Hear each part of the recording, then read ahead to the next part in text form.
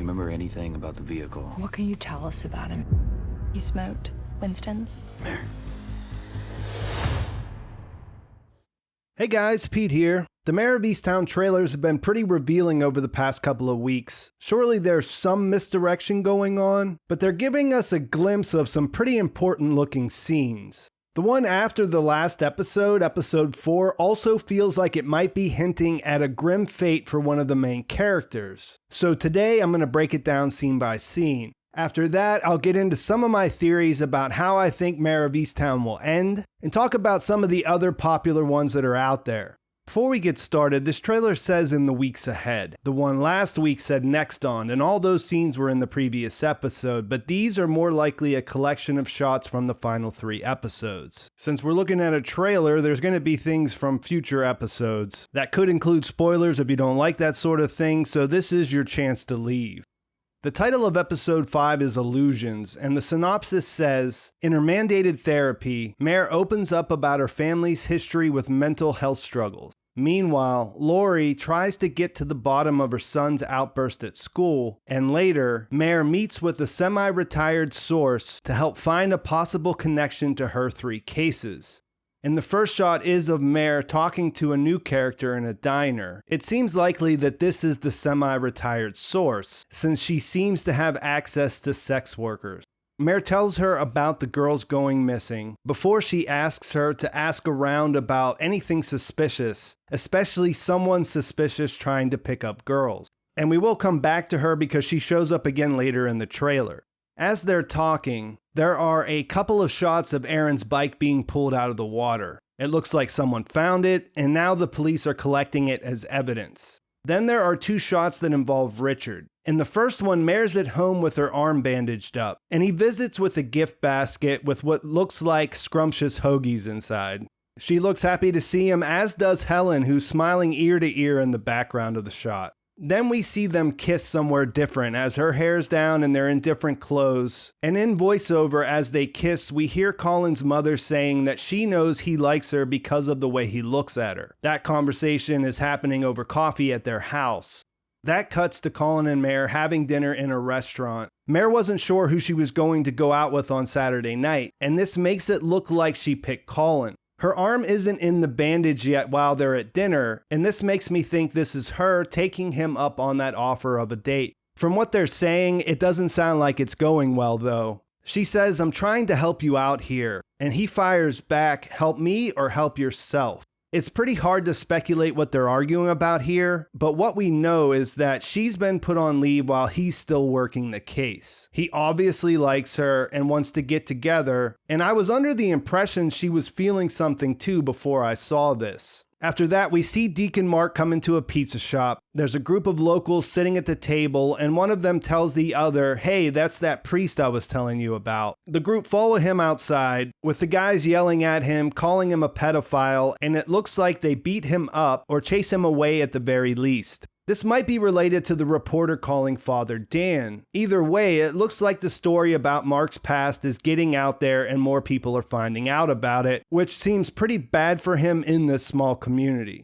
At the diner, we see Colin and Mare asking a different girl, who's with the woman from the beginning of the trailer, "What can you tell us about the vehicle and what can you tell us about him?" This is definitely a different girl. It's not Katie and it's not Missy, and it sounds like she had a run-in with the same man who kidnapped those 2. There's not much in the trailer about how she met him or how she got away or anything along those lines, but she is able to say that she remembered him smoking Winston's. It's been a while since I've been in Pennsylvania, or the US at all for that matter, but Winston's weren't very popular the last time I was there. That makes this seem like a pretty valuable clue. In the next sequence, when we see Colin notice a pack and point it out to Mare, it seems like that was the intention, because right after that, he makes a move to the gun in his shoulder holster. Now, we don't know what episode this will happen in, but it does look like it's a rundown apartment, and it is connected to the last couple of shots I'm going to talk about.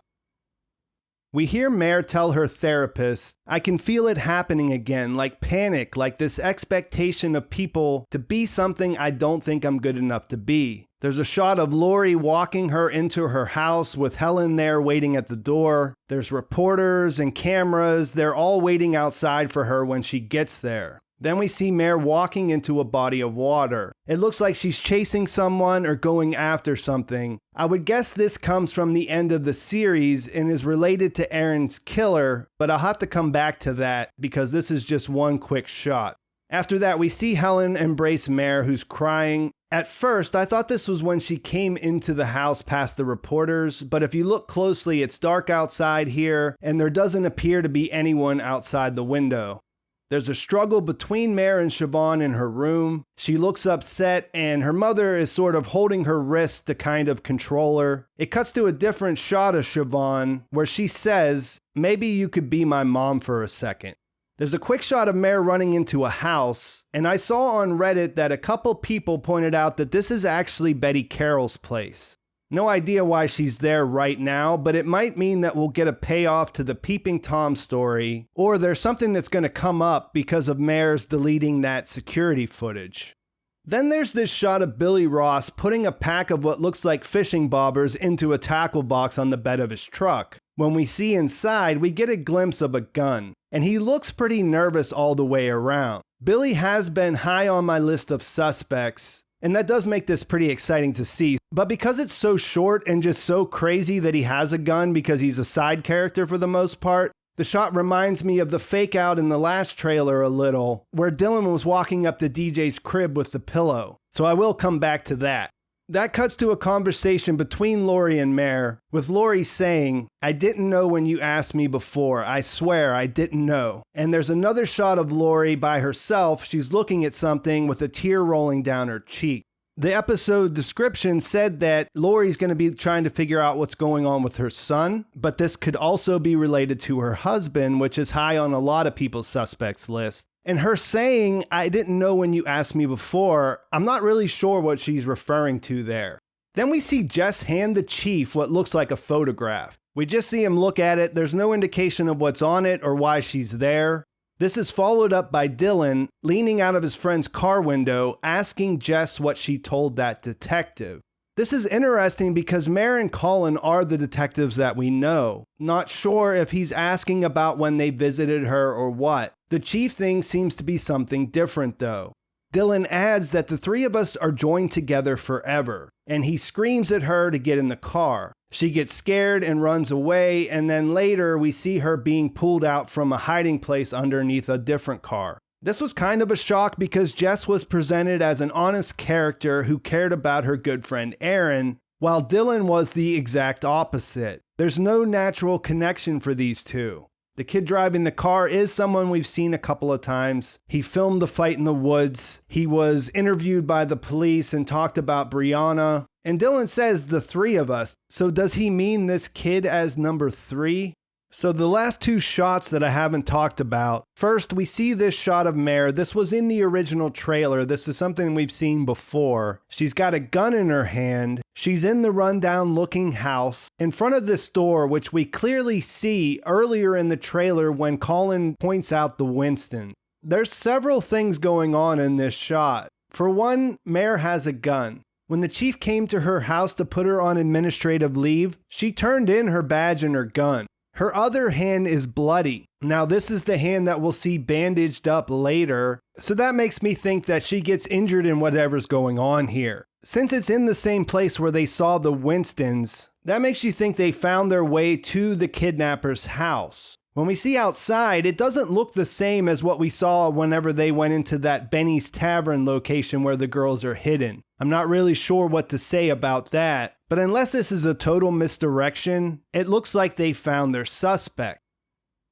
The final scene to talk about, though, is this scene of Mare hitting someone over the head in what looks like it could be where the girls were hidden. You can't make out much in this shot, but there are some similarities to the room we saw them being held in. You can't make out for sure who this guy is. Even when I look at it frame by frame and lighten it up, it just looks the same as the shot of the person in the van. I do think this is the kidnapper. My thoughts on him have been that it's someone we haven't met yet, and I don't see anything in this trailer that would change my opinion on that. And since that was the last image I wanted to talk about, now I'll tell you what I think is going on and how the series might end.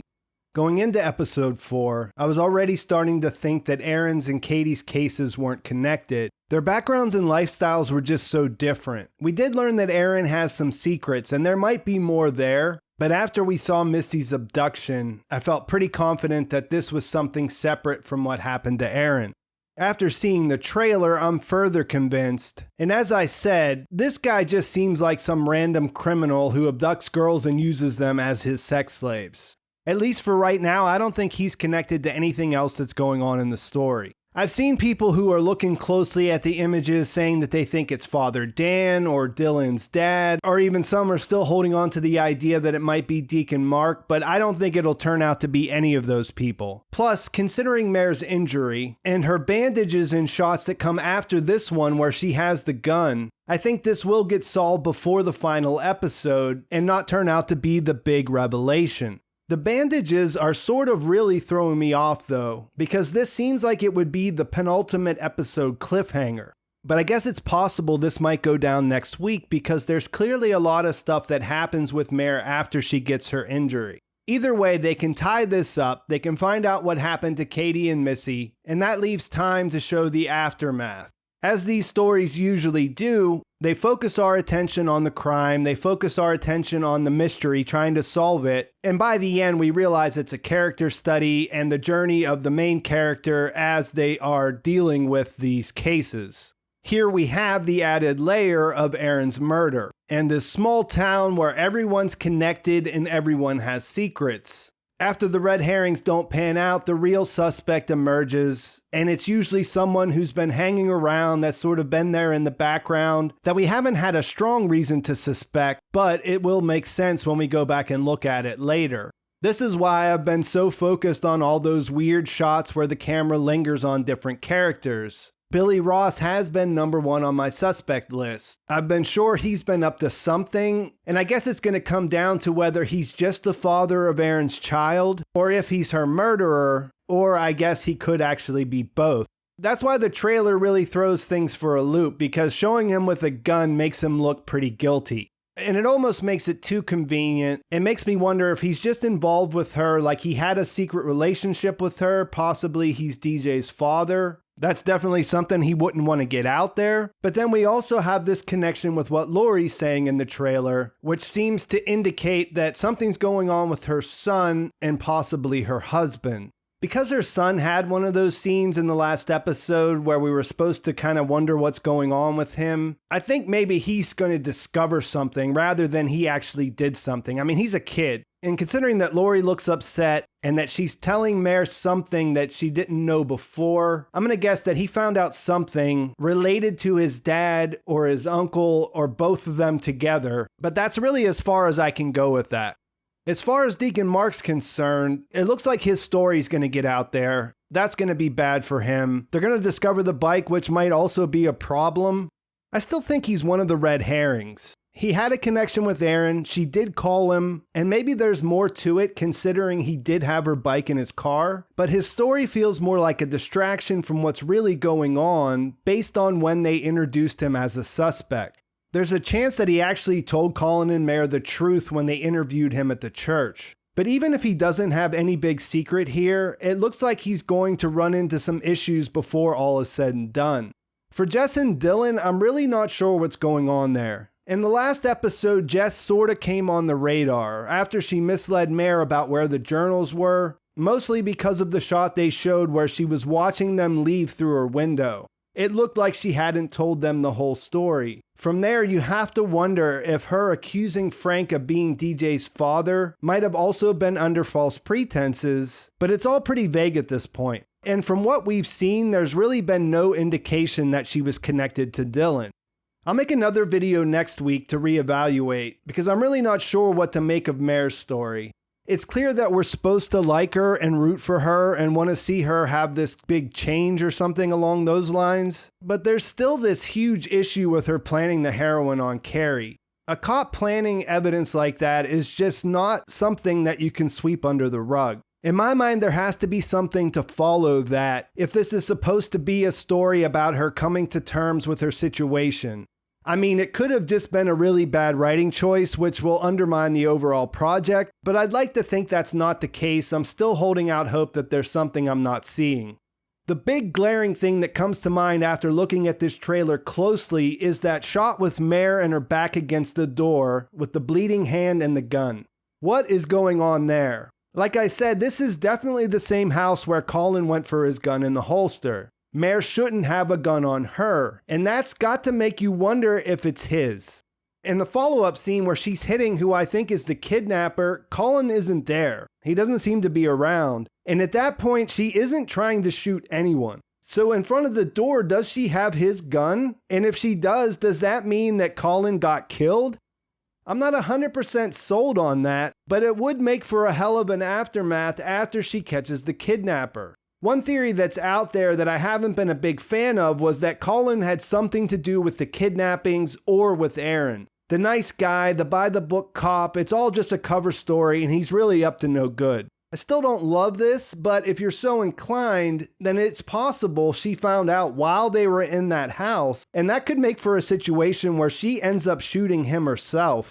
I think it's more likely that he gets shot inside the house and survives. She's able to get a hold of his gun and stop the kidnapper, maybe even kill him, and then that sets up an interesting situation. She wasn't supposed to be there or anywhere near the case in the first place, and now she's in a tough spot because we see that patrol cars do roll up outside and they're gonna know that she was there and she was still working the case. We'll see though, maybe this week, maybe next. Overall, that's where I'm at. I think we'll see the kidnapper turn out to be doing his own thing, unconnected to Erin's case. There, we'll see someone who's been around the story like Billy or John Ross turn out to be the key to solving that. Dylan and Jess might know something about it, or they might have a darker secret, but I don't think we know enough about their connection to make a good guess at this point. At least I don't have a good guess at this point. I know Richard being the killer is a thing that's been around since the beginning. I sort of put him in the red herring category too, but I see where people are coming from thinking he might be involved. There's also the theory that he's getting close to Mare because he's writing a book, and there might be something to that. We see them kiss in the trailer, so he's not going to fade into the background even if she does wind up going for Colin in this love triangle thing that we have going on. And it goes without saying that you don't hire this guy unless he has some important role to play in the story. I think that's a good place to leave things. Let me know what you think is going to happen in the comments. Please like this video if you enjoyed it. Please subscribe to my channel if you haven't already. I'll be doing 2 Mare of Easttown videos a week from here on out until the series ends. And thanks for watching. I'll talk to you soon.